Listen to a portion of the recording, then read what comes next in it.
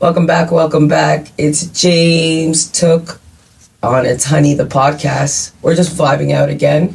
We're kind of doing this for the second round. I'm not going to lie to you. You know, I don't like to lie to people, but we lost the footage. We did. Yeah. It's gone. My bad, big dog. It's all good. But I'm grateful I get to hang out with you again and like always looking forward to that. Come on, hang out. You're the best part. Awesome, let's go. Yeah, let's properly introduce you though, James. So you're a wedding officiant. Yep. Started in 2022. Yeah, about that 2022, 2023. Yeah. Awesome. Like, where's the time gone? 2026 already. Time flies. Yeah.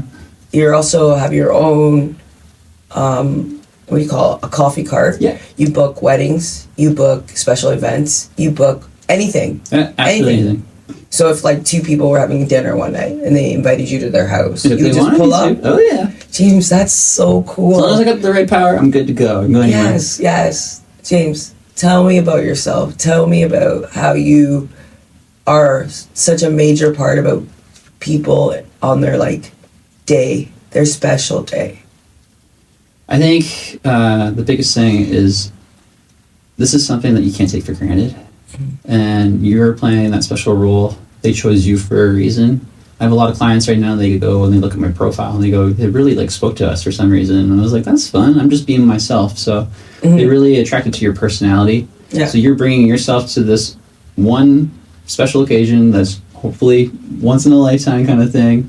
So you need to prepare yourself and make it like the most excellent thing that you can do. So when I'm there, I'm taking it so seriously that like nothing bad can happen. But obviously anything and everything can happen. So you got to be flexible and be able to pivot. And I see myself as being someone who's just serving with the best that I can give and for the best for the people. So whatever it takes, I'm going to be flexible and I'm going to make sure you're going to have the best day ever. That's awesome. What made you, like, let's start again. Like, what made you get into all this? Like, your passion for coffee, your passion to bring love, bring happiness, and bring people together. Like, what made you start, like, James as a kid? Like, what were you thinking? Really, I think it comes down to what does everybody want and are trying to get in life, and is acceptance and to be loved, right? And I saw that I was happier doing something for others. It made me feel good, which is like, it's contagious. And like, why? You're like, I don't know. It's just if I feel good doing something for others, I should keep on doing that. Yeah. So there was like, where's the job in that? Like, I was stuck working in a factory when I was growing up after high school. Like I was like a general labor. Yeah, well, basically it was a Toyota factory in town because that's the only spot you can work. It's small town. That's where you go. Yeah, but like that sounds dope as hell, man. Like, you must have made like a lot of money back then. It was temp work and mind-dulling. Like, here's a sticker. Put it on this thing for this car. And that's it all day long. And you weren't allowed to talk to anybody. You could barely have your own music on. So I was like, what the heck? Why am I there? Miserable. Can't do any of the things I love. And then when I wanted to, it's like you have a 10-minute break, 30-minute break, and everybody else is miserable there. So I was like, why would I even want to talk to you guys? You're just bringing me down. Get the heck out of there. If you can, get the heck out of there. So I really was like, this is after high school, I'm like, let's figure out what I want to go do. And I'm playing drums, and I'm like wanting to live the rock star lifestyle. How do I get that? And I have bands and playing around, but still, you're in a small town living in the middle of nowhere. I was in Palmerston, Ontario, which is like an hour and a half north of Kitchener-Waterloo, and like there's nothing. And like, or an hour if you're speeding, but there's nothing. And it's like either you're a farmer, you're in construction, you're doing labor, and like nope. So what am I doing? So I'm in like the hospitality and serving people. We're like kind of That's but nowhere close to where I was at. So playing drums, and then I got told I can actually go to the school in Australia, and that's where I was like, I can go to school in Australia and playing drums. Heck yeah! Where do I sign up? Where do I get my blood? Because it's just something I just want to go do. Like sold right away. Like drums, go. Went, and really awesome time. Ended up spending 3 years over there, not just playing drums, but it was like it was a leadership college. So I got my advanced diploma in leadership, which is like, that's such a funny thing. Like, is that a real bachelor's or anything? Can't ever say like on your resumes. It's like, what's your school level? Advanced. You got high school. You got bachelor's. And I'm like, well, somewhere in there. Like, you can't even do it. So like, what do I, from that beginning to where I'm at, it's like, what's my identity? What am I doing? Like, other people will have, like, I went to university, I'm a lawyer, I did the bar, and there's like, you got this stuff that you can claim and identify with. And I'm like, well, I just wasted 3 years of my life in Australia doing nothing. What did I learn? What did I take out of it? I should be doing a 9 to 5 somewhere. In my back of my head, I was like, I should wear a suit. I should be in like a business that's a corporate job, whatever. I think I would like that just because I thought it looked good, right? I got the sold mentality of this facade of this thing that looks good, so it's attractive, and I want to be a part of it. Meanwhile, everybody out here that's in that world is kind of like, get me out of it. Like, they want remote work for a reason. You're not working in the office because you want to be at home doing something else, right? In a different environment. So it's like, that's saying something. So I was like, what the heck? I took a job working at a camp coming back from Canada, or coming from Australia back in Canada. And that was projecting me to work with people with disabilities. And that opened up more doors. I worked at the camp for a while, and that really, like, wow, you are serving people that some don't have a voice, but you get to be that voice for them. That's a lot. And it's like, I became a parent, kind of, but I don't have any kids, so it was like, okay, or older brother kind of thing. That mentality switch of just, I want to serve them and treat them as much as best as I can because that's how I want to be treated. So seeing that and working in that kind of workplace, I was like, where is a career? Where can I go? And I got a job at the day program in Kitchener, again, working with people with special needs. Very nice, very not easy job, but also kind of easy because it's like you're just hanging out with people, and then the job and like your mental warfare is really stressful and stuff. But physically, hanging out, doing like they're playing songs on guitars or whatever, or you're just chilling with them. Right? So again, I was like, okay, I could do this. I could see myself doing this for a while. That's like just like two friends hanging out. Yeah, basically. Like, and you're getting paid for it. Which is fun. You're like, this is weird. I went to the zoo. I went to freaking Kansas Wonderland. Like, it's fun. But then that's like the stressful part of it kicks in, and they moved me to a different program, which is more the higher base behavioral people, and that was stressful. Like, these guys would put themselves in a behavior and get like so anxious and worked up that they would need to be restrained, and like there was a padded room where one guy would go in there and he would start hitting himself, and it was like, did I cause that, or something leading up to it? Did I bring some negativity into it? Because they like can internalize that. Yeah, so then I'm freaking out, being like, I'm getting more worked up and anxious working with them, which isn't good because they're going to receive that and they get anxious. So it's like, something's got to give again. Like, I was waking up at 4 a.m, 5 a.m, throwing up, being so like sick of it, have to go in for 8, and it's just, or 7, and it's just like, that's not good. Something else has got to give. Good thing I listened to my wife. Very important. You have someone else who's like speaking into your world, not just yourself. She was like, you love coffee. You fell in love with coffee in Australia when you were there. Why don't you just do something like that here? You're still in that kind of world of serving others, which I kind of like naturally progressed to. I never really thought that was for me, I'm just putting stickers on Toyota, serving Toyota. But actually, I was actually there for the people that were working around me too. I saw at the end of the day. And like, that's the whole point of everything, really. Yes, money is very, very, very important. It makes the world go around, makes you be able to spend on things and be comfortable or whatever, but also it's not the end all be all. And like, it's the people that you do life with. Yeah. And like that community of people building into you and you building into them, that is way better and way more fulfilling. And like, it's something that we're meant to be, and we're not meant to do it alone, right? Yeah. So a good thing I listened to her, because she said, go, get that job. And I went in, and they just opened up. It was Smile Tiger in Kitchener, right next to the train station. So really like hustle bustle kind of thing, busy nights.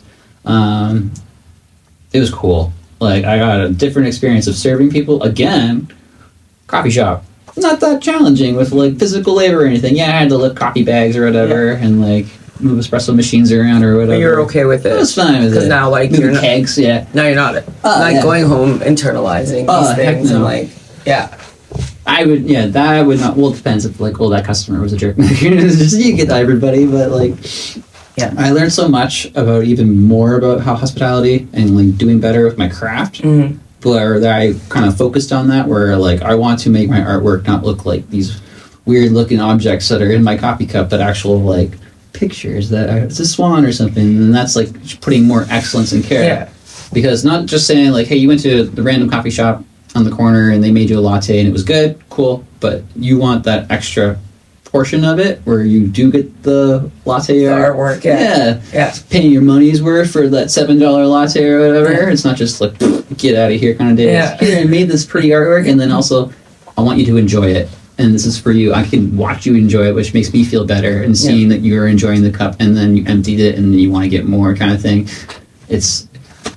It's a weird feeling, but it's like you get it from being a chef when you make that beautiful artwork of your food and people are like devouring it and being like, it was so good, and they leave the plate empty and they put the forks correct and you're just like, yes, that means you loved it kind of thing, and you get that kind of like, okay, it doesn't come all the time, and it kind of goes and it's gone kind of thing because you can forget about it, but at the end of the day, that's really important. That plate comes empty and then it gets cleaned again and used again kind of thing. But like, you made someone happy, you made someone feel at home, comfortable, devoured that meal, they got energy, they can go fill out their day and do what they were meant to go do because you helped them kind of thing. And that's it's a weird feeling, guys, but it's a good feeling. I encourage you, just do something for others and get it, and then keep doing it. And it's not like a selfish thing that I want to keep doing it to make myself feel good, but it's actually like caring and showing that I want you to feel good too.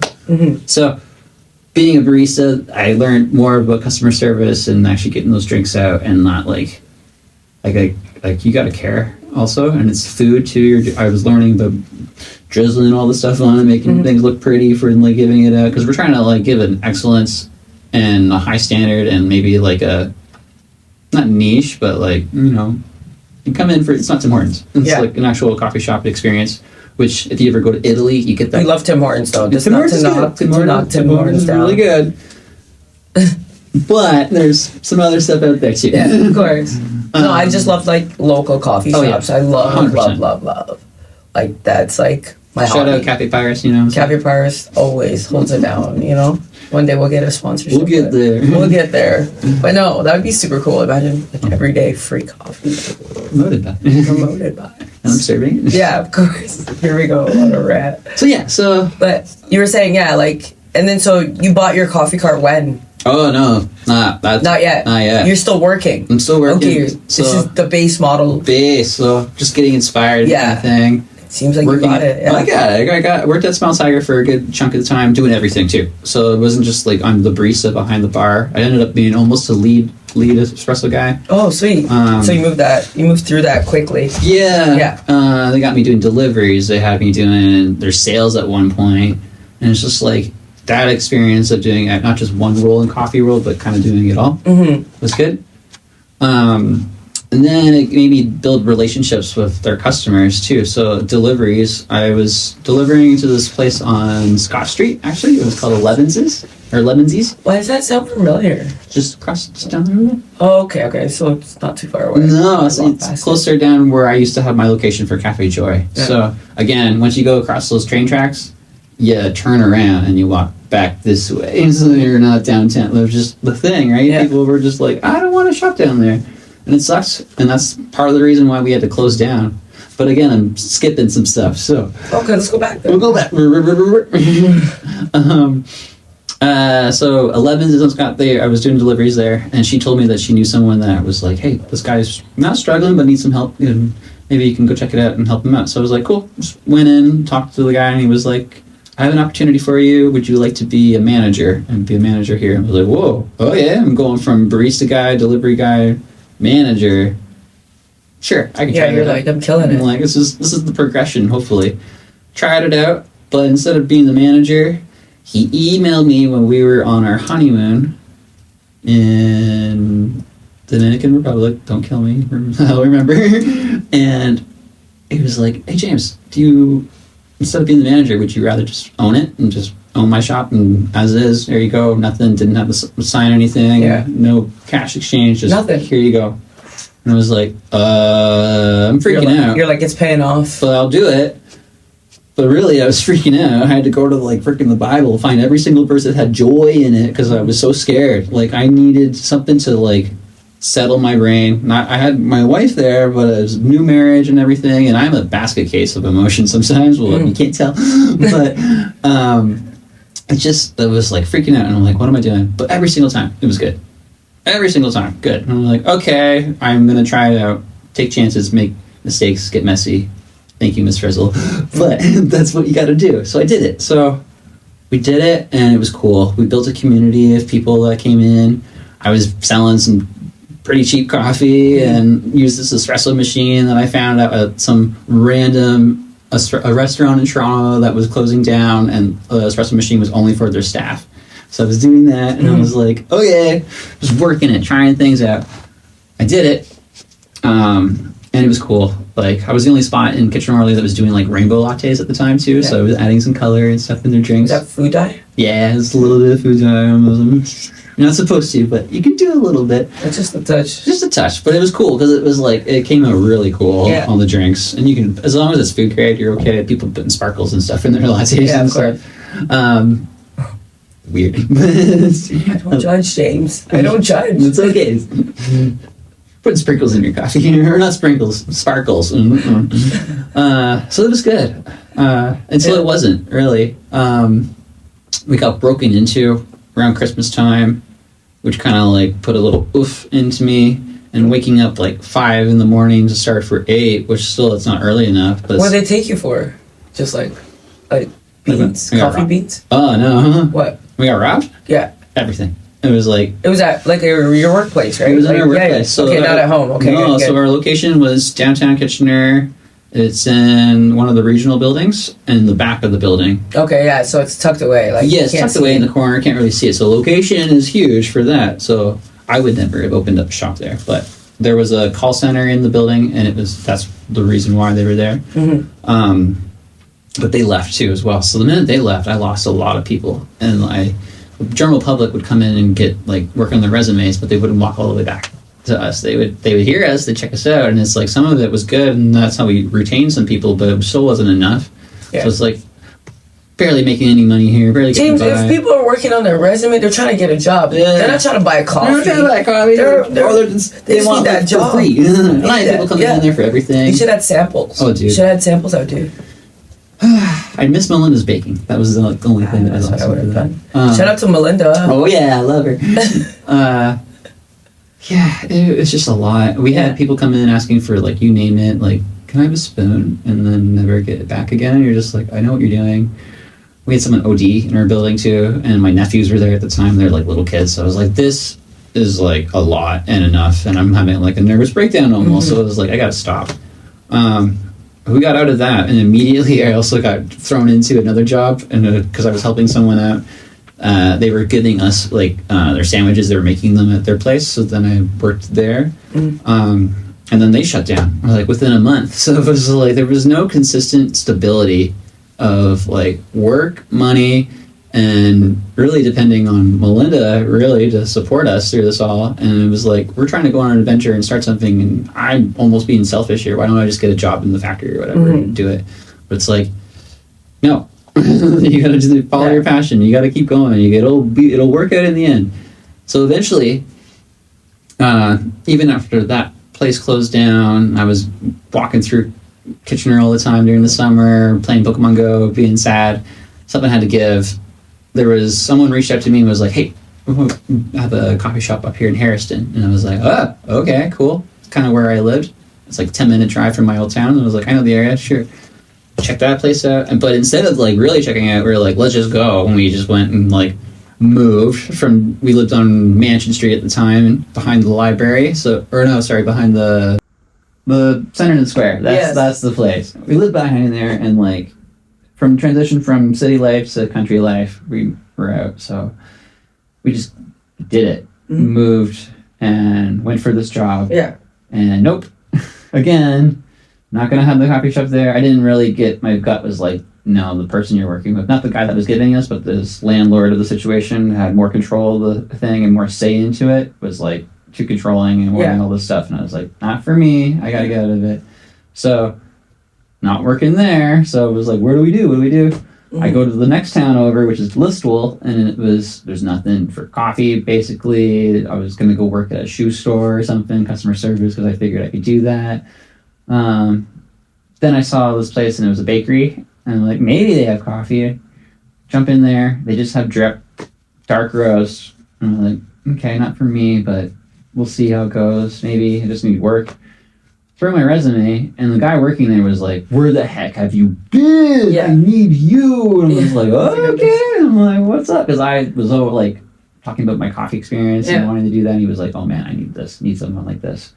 So he got me involved, and I ended up like really building their coffee program. They're doing so many good things with their bakery, becoming like Canada well known, basically. Like everyone loves them in Ontario, that's for sure. You'll drive 4 hours just for a fry pie and then turn around and go home just for them. So it's like, there's the reason why they're so good.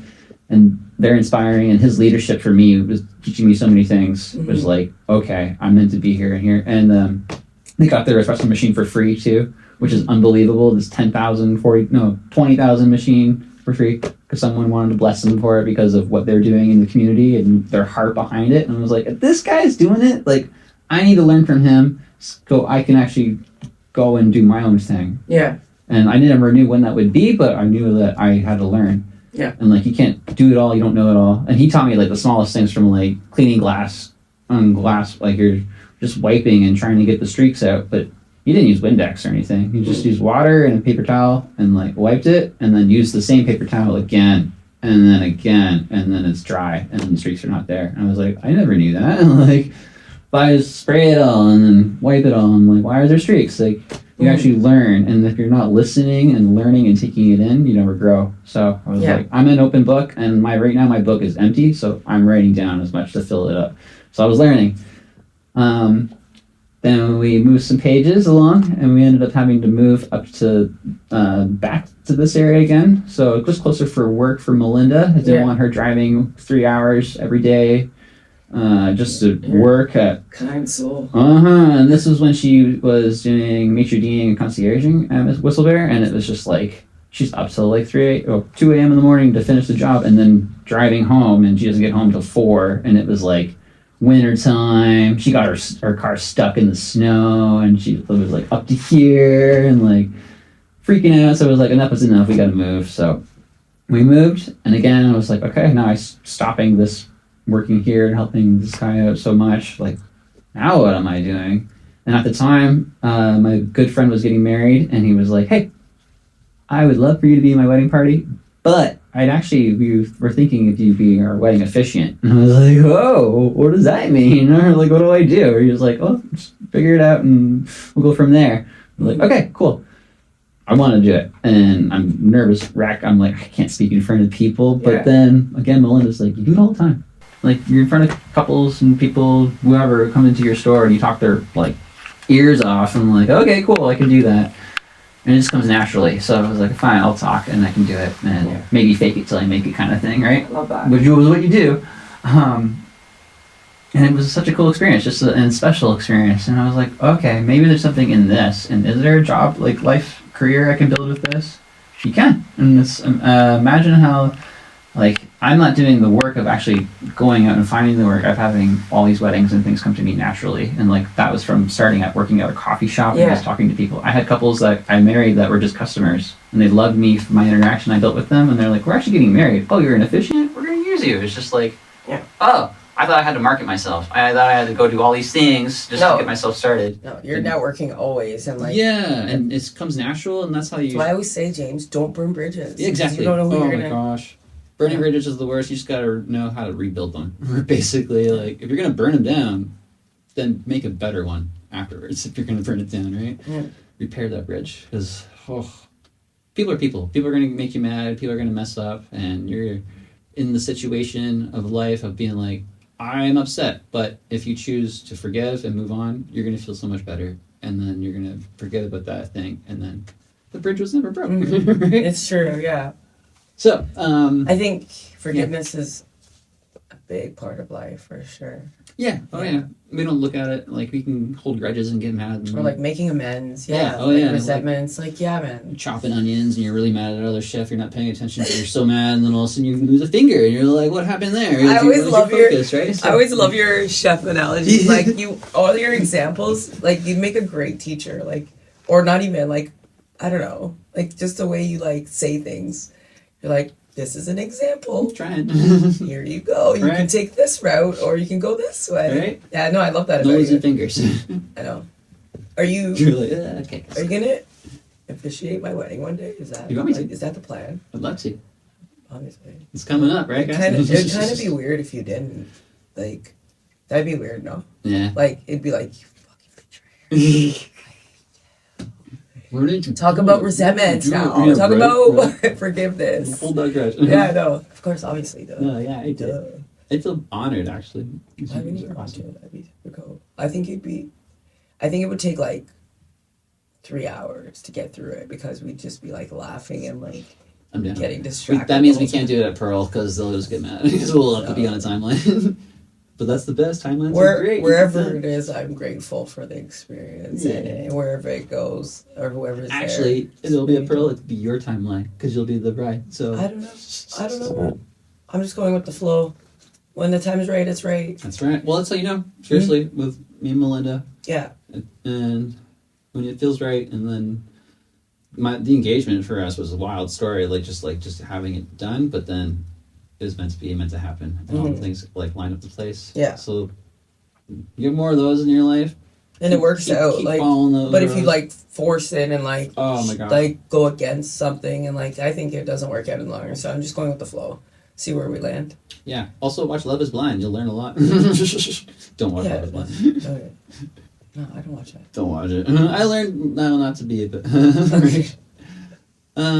So yeah. But yeah. You can cut that out too. No, it's all good. We're keeping everything, James, today. We're keeping Get everything.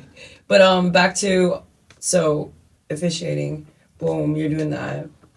You're still trying to like figure out where you're going with this whole like coffee roasting or roasting beans. Whether it's like even owning the business, whether it's like being a barista, like you still wanted to be in there, but you didn't know at what capacity. Yeah. And the location, obviously. Yeah. The time wasn't just. It feels like the time wasn't right at the time. I think so too. That makes sense. The time was right. Oh yeah. Hindsight, yeah. You're just looking at it. You gotta trust the time, and it's not in your time too. This is another thing. Same thing I just said. Yeah. It's all about when the time's right. It's time. Exactly. Yeah. Cool. Yeah. So where are we going with this? Coffee cart. Okay. Yeah. We moved to Paris. So good 30-minute, not even drive for Whistle Bear for Melinda.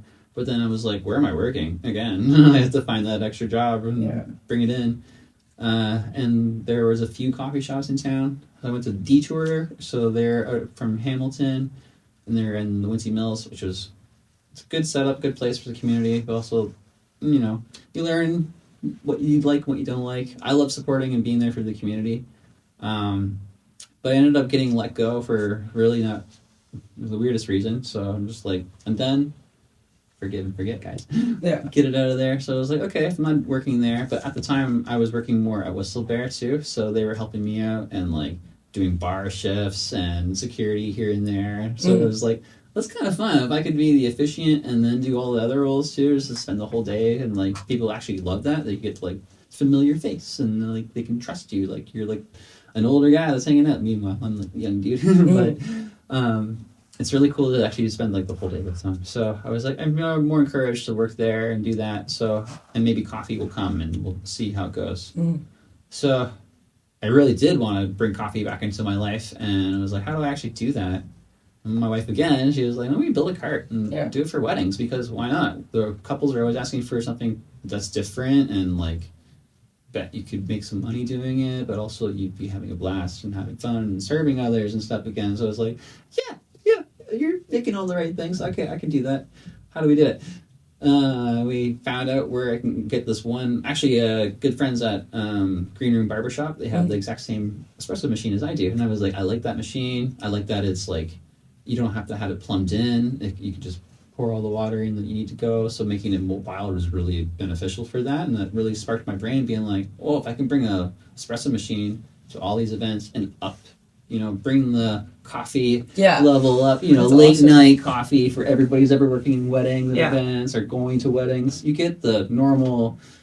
It's good, but not that good. It's just like, but like to get a coffee cart at the end of the after a wedding, like attending a wedding is like so rewarding because you're like, if you don't drink too, it's such a reward. Like because like everybody's like getting belligerent and like you're like, I just what do I have a coffee? Yeah, it's like a coffee. They're like, people always ask me too. They're like, how do you drink coffee so late? I'm like, because it's like a reward. It's not like it's not to like just stay awake. It's also like a gift.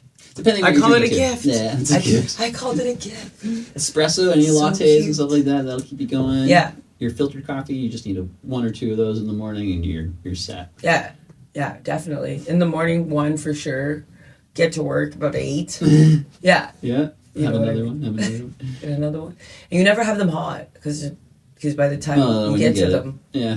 People judge me, or my wife was like, "Why are you microwaving your coffee?" I was like, I'm against microwaves. Yep. Sorry.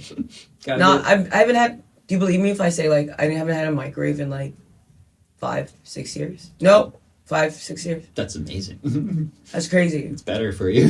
I personally don't own one, but if I go to spaces that have one, like and I need to use it, I'll use it. But like I refuse to have it in my house. What about air fryers? I don't like. My partner uses it, but like I don't. Nah. I'm cool without it. Like, good old stovetop. There you go. And an oven. And I'm good to go. That's all you need. See? Sometimes a sous vide machine. Sometimes a rational. You never know what the day calls for. Yeah, no. Like, as very simple as possible at home. Yeah. Like, try to keep it. But, there's another part to me. No, but there's another part to me. And she loves all the gadgets. So we have everything. It's just how many of those things do I use? Oh, I know. Not a lot. I keep it old school. I do have a few like espresso machines at home that just sit there and grinders are just like calling my name, but I'm like, nope, cake up in the morning and good to go. Like, but why don't you use them, James? Not enough time in the morning. Not enough time, and You're for me, rushing it's out? like again, it's my like serving mentality. Yeah. It's like, who am I making it for? Yourself. Myself. You're the reward. I'm You're the gift. You're the gift. I'm okay with a cake up. I'm not that special. I'd rather just like give to everybody else. Like. Love a good old French press. Yeah. French press. So so from that and creating the cart and buying an espresso machine, and then I had. Did I put you in debt a little bit? We took a line of credit and then we just paid it back over time, which was nice because we bought it out like on a lease, I guess, to own, and then just now we've owned it. Nice. Which is cool. That's really rewarding too. You're like, congratulations. Mine. Thank you. I'm like, this beast is mine. I can make all the coffees, but I'm just letting it sit there. Just keeping it clean. Yeah. So that's fun.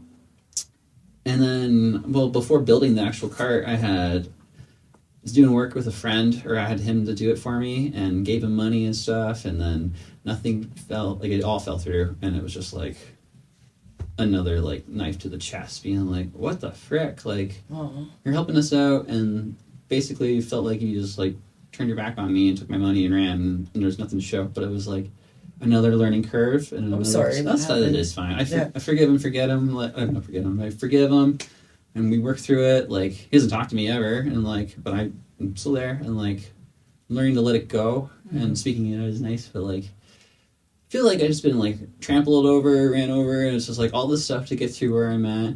But the point of it is to not stay in the muck in the ground, but to get back up again and just keep going.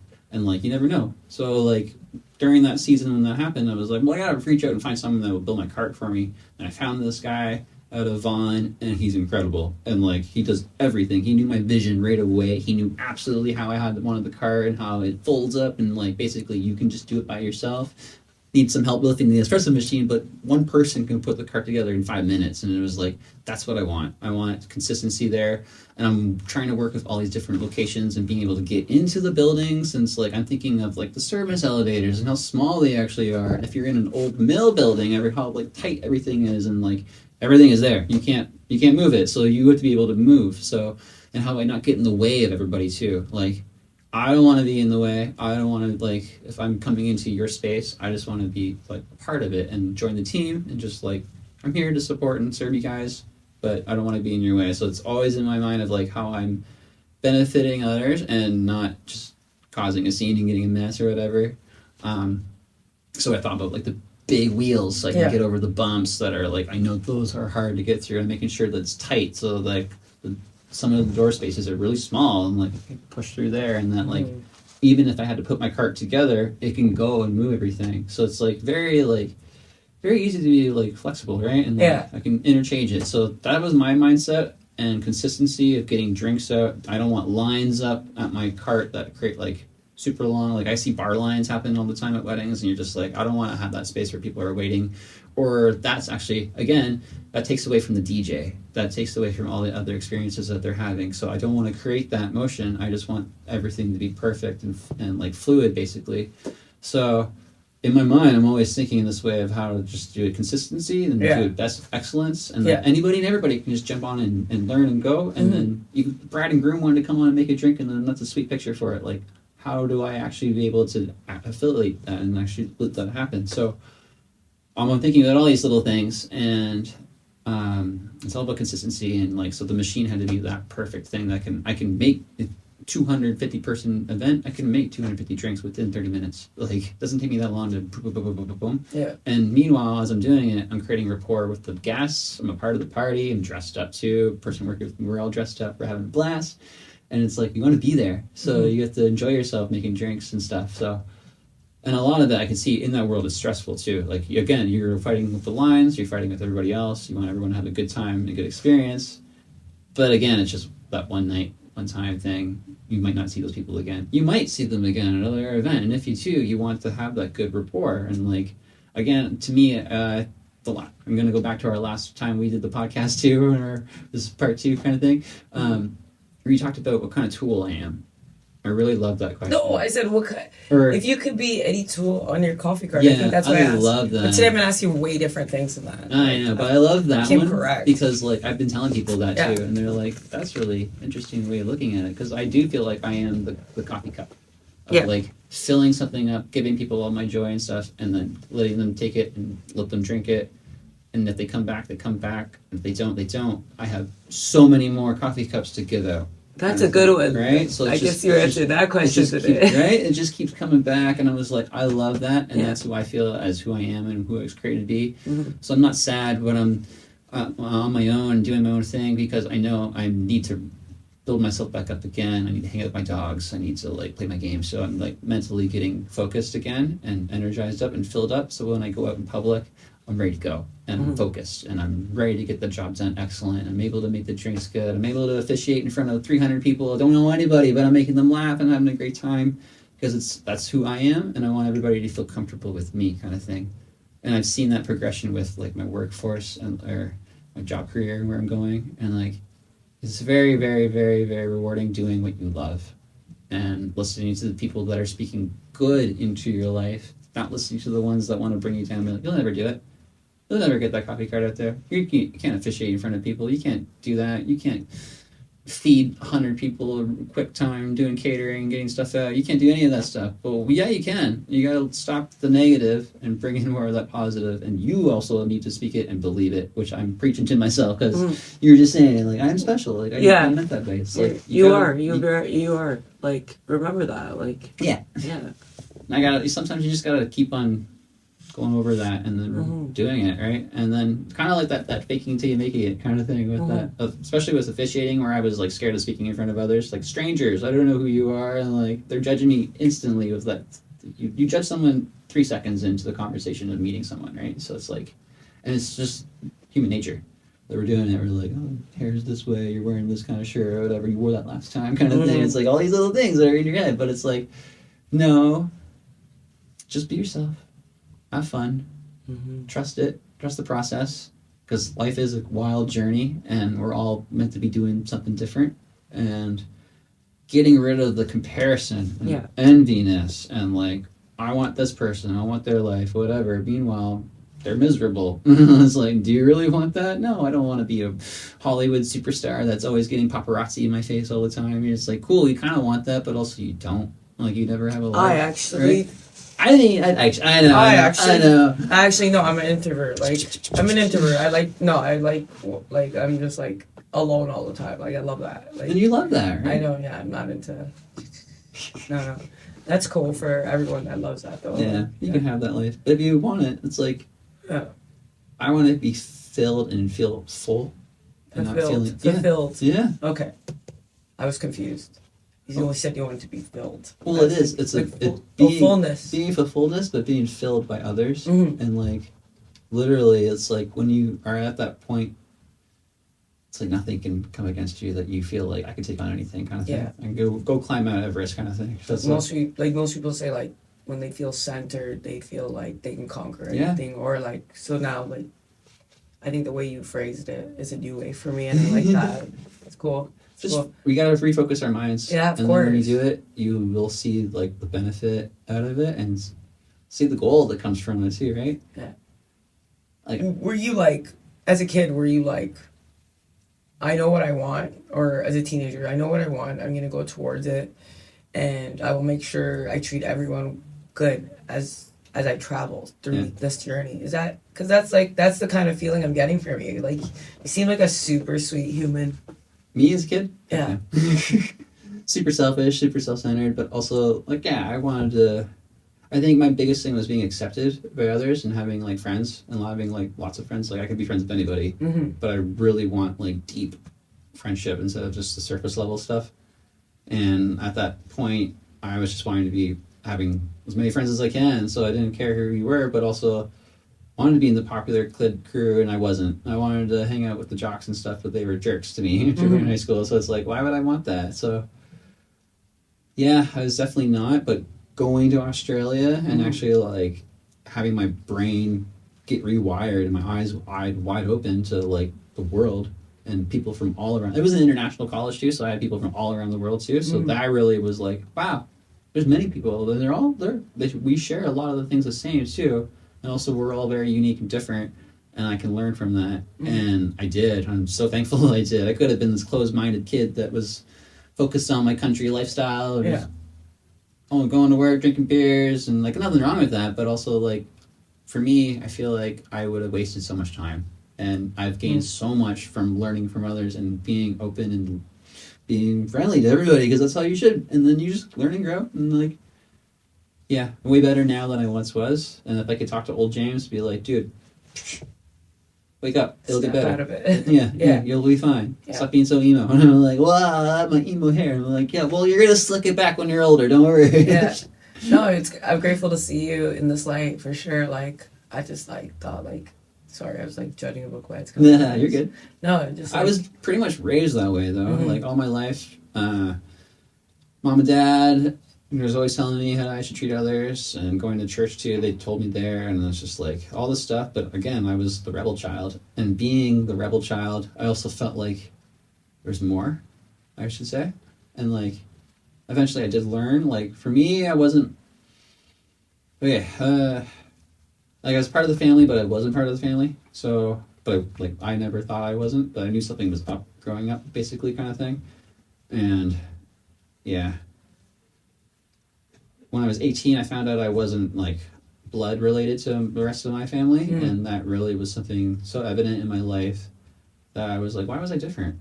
Why is this way? But again, my family chose to show love and accept me who I was, and I am a Toonk, so it's like, that's just who I am, and I'm thankful for that. It could have been so much worse, could have been, like, all this other stuff happened, but everything happens for a reason, I believe, and...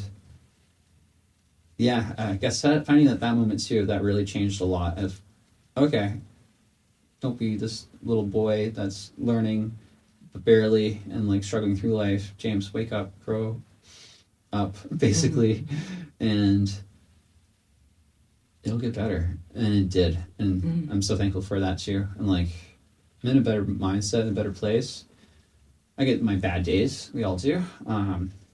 It like comes in waves sometimes, especially seasonal. It's like depression that just kind of hits you, but it's like, how do I feel better and get better? Okay, cool. I'm gonna go serve others. I'm gonna go and just do the job that I was meant to be and do it with excellence, and then it's rewarding after like I did a good job. And now like I've kind of like switched roles, not really at Whistle Bear. I'm not on bar as much. I'm now their safety ambassador. So, but that's like it's a really high, like stressful job sometimes where you're making sure that everything is like, we're following the books and we don't want to lose our license. We want to do everything correctly. So making sure that no one's impaired and no one's like not getting overserved, and like you're really communicating with the bartenders and stuff. And I've seen a lot of go up. Like we're all on the same page. We're all part of the team. We're all looking out for each other, and it's like I'm very happy being there and being able to say goodnight and take care of others and getting them to ride home safely. And like I never thought I would actually like enjoy that kind of work, but it's the amount of how much care you put into the role. And now I'm like, okay, I really love like the building. I love the people. I care about the people, but not just my selfish self. I'm caring about everybody else that has a job there, because if something goes wrong and it's my fault, and then it's like we're all out of work, and like, that's such a huge responsibility. But it's again how much you care. Absolutely. Right? No, thank you for just saying that. Like, it's important to like not just care about your job, but to care about the folks around you. Yeah. And we always forget about that too. You're in line up at a place and you're getting irritated because the person in front of you is taking forever to order, and the person behind you or the person taking the order is like, "Come on, let's go," but also they're engaging and trying to do something. You never know what people are going through. You just let them do their thing. Smile, bring your smile, take your smile with you. Where did I hear that from? But like, you just gotta do it, and it changes. Like, I'm so happy going to work now. And well, when I get there, I'm really happy. When I'm on my way to work, sometimes you're just like, I don't want to go. I'd rather just stay home. But then you get there and you feel good. Like Melinda's like, are you bipolar or something? I'm like, shut up. No, I'm not. No, it's just... But it's like my mood will switch for you. Like, I don't want to go into work. But then when you get there and you see all the people you love and then what you're doing, it's like, cool. You dress for the job you want kind of thing. I'm here. I've arrived. And like, I wear a suit when I'm doing safety ambassador because it's feel like okay. You don't have a uniform for that? No. You can kind of like wear just as long as there is like a set uniform ish where just making sure you look professional. But it was like I'll go above that. I'm gonna throw out a blazer and like that's cool. We get the earpiece kind of thing and make sure you're putting on like your gear. You're putting on your work, right? You put on the apron, not your chef kind of thing, right? Let's go back and like I got all these things, but it's like when you put it on, and it's like okay, now I'm in that role. Now I can like really do it. It's like same thing officiating too. It's like you just dress it and you put into it. You get that microphone, boom, like it's something else. You dress the part, you feel the part, you look the part. Again, too, I think it goes back to high school, being in drama class, being part of plays and stuff, and just committing to a role. And it's like, well, every place now I have a different role to play. So now I'm just ultimate actor job. Just like, okay, now I'm this, now I'm this, now I'm this, now I'm this.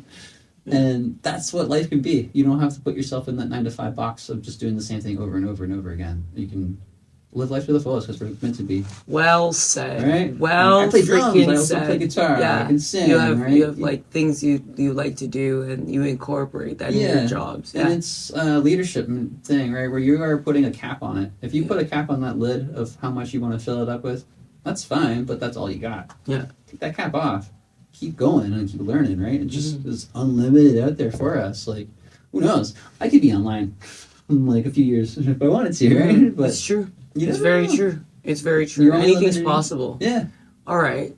Let's get to that part when you, I'm gonna switch it up on you. Cool. If you could be any coffee bean. Coffee bean. What would it be? First, the region, the year. If you can get to that. The region or the year, pick one. It doesn't matter. Okay, so I'm going like super deep on this. Well, the year doesn't really matter too much as long because you want the fresh. You want freshness. So no, but I'm talking about like what your mind state was at like that year. Okay. I'd be like this. I'd be like 2023. I had the best cup of Joe. Oh yeah. And but you actually specialize in that, so like I want you to take it further than that. Like if you could pick the bean that I'll tell you as a barista, once you get that golden shot of espresso, you're always chasing it. What? It sucks. It's what are you talking about? Is this real? Yeah. Oh yeah. So if you extract it, and you're extracting the coffee and it's coming through the filter, you are like it could be sour, it could be bitter. and you're really finding that nice balance where the tasting notes are like a little chocolatey, a little caramelly, but not too water tasting. And then that, like, if you take a shot of just espresso and you let it sit on your palate or your tongue, you can taste it. So it's like, is it bitter? Is it sour or whatever? And then you'll actually taste the tasting notes where it's floral will come in. Yeah. And that's where the different regions come into play. So if you're getting a geisha bean, like geisha is like top.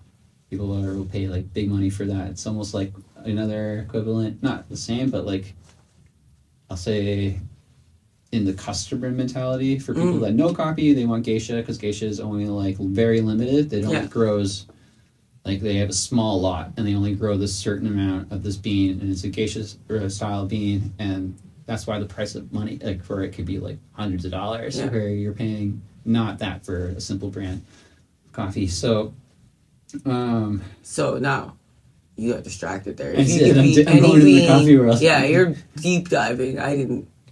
Don't open up it. I did. But it has to be. I like a good Ethiopian. Ethiopian, like that's the region where it comes. The country and region where it comes. No, from. I know Ethiopia, man. I meant like, what's the name of the bean? It's like Euro something. I know Monogram carries like a certain Ethiopian brand too. Oh yeah, that's dope. Get into that. I don't really go by that. Like it was just. No, I know. Like I just go find local roasters that are roasting and order from them. Like my guy right now is 7th, and he's out of I think it's Air, but he's moving. He actually like roasts his coffee in a brewery, and he'll like mix not the coffee and beer together, but he'll like have the drinks that kind of like resonate and are related to each other. So it's like they're in the same world. So it's cool. Like you can bring coffee into the beer and you can have the same kind of tasting, that kind of thing. So it's just a lot. It's like wine too. There's so many different flavors and varieties, and that the year for wine is different because you're like preserving it and having that bottle that's 50 years old. Well, it's going to be good kind of thing. Well, coffee, if you did that, it wouldn't be good. You want to have fresh. So it's like, that's why it's like the better coffee you get is whole bean, and it's grinded right away in front of you, and it's served to you like right away. Okay, that's good. I got one of your job titles. Yeah. Okay, the next one. If you can officiate the perfect wedding or the perfect couple, what do they look like to you? I'm talking characteristics. I'm not talking about looks, man. What do they look like? Well, they're in love for sure. Obviously. Yeah, I think ones that are just ready to get married. The ones that are not like worried about anything. My chill brides are my favorite ones. Laid back. Yeah, they're happy. They're just happy. They maybe had a few drinks in the morning, but they're just like they're ready to go. They're morning boozing. Well, sometimes a little mimosas in the morning. You know, it won't always happen. It's a wedding. Everyone's celebrating from like 8 a.m. to 3 a.m. in the morning, like all day 1 p.m. somewhere. But yes, okay. Again, it's celebration, right? Yeah. That's why I love being a part of it. Like can't go wrong. So they're fun. I love having fun couples where they also allow me to have fun too. They don't want like someone who's uptight and has a pickle up his butt kind of thing, right? Like I want to be a part of the party, but I also want to show my personality and be respectful and polite and know when to engage and have the joke and when not to. Like absolutely. You read the room. You read the room. And like I've come into places being like, who's excited for these guys? And they'll be like, womp, womp, yeah. womp. And then I'm like, well, I'm joking with them and be like, I tried, man. And he's like, yeah, that's their people. I'm like, okay, cool. Like, you know. So all right. If you feel that way, right? Like, how do you feel leaving that wedding at the end of the night? If that couple is like that, how do you feel leaving at the end of the night? The couple are like the No, you've created this like ultimate couple. Oh yeah. Okay. Like, how does that feeling leave you at the end of the night? It feels so good, and you feel like, okay, this is why I'm here, and I'm part of it. Made someone happy. You left happy. Like I never leave miserable from weddings. Like it's always like the best day of my life too, as I go to officiate their weddings. Yeah, because you're surrounded by all like this happy stuff, and like it's emotional day, and you have no idea if they're bringing in where like mom and like maybe the dad died, and then he like recently died or something, and then you're having to do the wedding, and you're like, what do we do? So it can be so heavy and so emotional, but it's so rewarding. Yeah, and life filling and. I feel so much better at the end of the day for every single experience I ever get because I know I've hopefully done some good and I just say really rewarding. And if you can do it, just do what you love, really.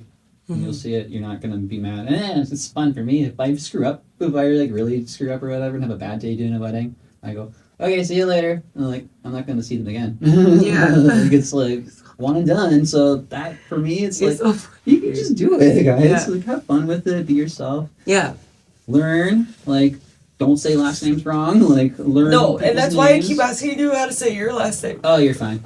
I legit, this is a fun one. Excuse me. The couple's last name was Garvey. And I had dyslexia too, and it comes in the like weirdest times. And I was like, Garvey. It is Garvey, right? Wait, did you just assume I have dyslexia? Because you just said I have dyslexia too. Oh, dyslexia too?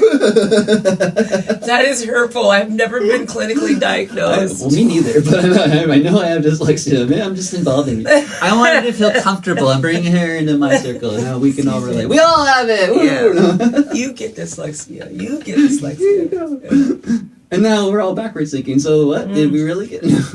Literally legit though. I looked down at my tablet, the worst timing, and I was like pronouncing their last name. Yeah. Like, how'd you say it? So their last name is Garvey, and I looked down and it said, Mr. MSS Gravy! And I was no, James. My gosh. They all laughed. They all laughed at me.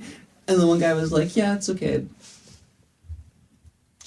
Next time. Well, I got you, man. It was just so funny. I was like dipped out of that devastated, room so right? fast. Face goes completely red. You're running out. But again, you have to learn. You have to go through these kind of steps. And like, I could have freaked out and then never did it again kind of thing. But it's like, now I know. Really, don't look at my thing. I know my stuff. Be prepared, right? Be really prepared. Know your stuff. Now I can do it verbatim. And like, I can declare people like that. Like, I know the words off by heart. So, and again, when you do memorize it, then it's more authentic too. So just trying to be yourself and learn and grow and get better. It's like, I know I am not the best officiant out there in the world, but I'm working my way to get there, right? And I learn from the people that are in my world. And I have great mentors that have done, like, together, the two of them, like, have done over 5,000 weddings, like 250 each, easily, and separate business. What's, like, I know you said, like, the biggest, or when we're having this conversation, the biggest I've heard is, like, 300, right? Yeah. What's your, like,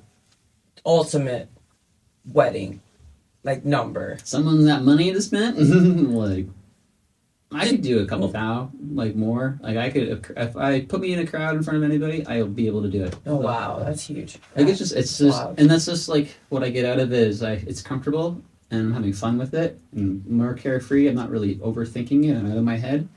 And that is the best to work in. If you're in that, I'm focused, right? I know I'm speaking, and I know I have to, like, I can do one-on-one, but I can create it so I'm doing one-on-one while I'm working with thousands of people. Oh, that's cool. Night and day. I would love to do it. I'm not there yet, but hey, if you want me to, it's just like, it comes natural. Yeah. And you want to have someone that knows what they're doing. And if I bring something, I'm so grateful for the opportunity to speak. Like, every time I'm speaking in front of, like, for doing a wedding, I'm so thankful for that opportunity, because it's like, I could say anything, and I need to make sure I'm well prepared and professional about it. And my words, I know have, like, the power in your words, so I'm trying to speak life into people and be happy. I don't want to be the Debbie Downer at the wedding, because no, it's not your day, right? Everyone is, not my day. So as long as I'm like, and like, for pictures wise, like, that kiss, you even know I was part of your wedding. I won't even be there. And it was like, poof, we're good. It's so weird. Okay, that brings me to my last question. If you can give younger James advice, or leave a message in a bottle for someone that's going to become like you one day, what would it be? It would be, know how to build a boat when you're riding the storm, basically. Like, don't just build it out of, like, simple wraps and, like, sticks that you think you can float. Like, do your work, research, plan, build that freaking epic boat with all the big things that you need to fly and drive as much as you can.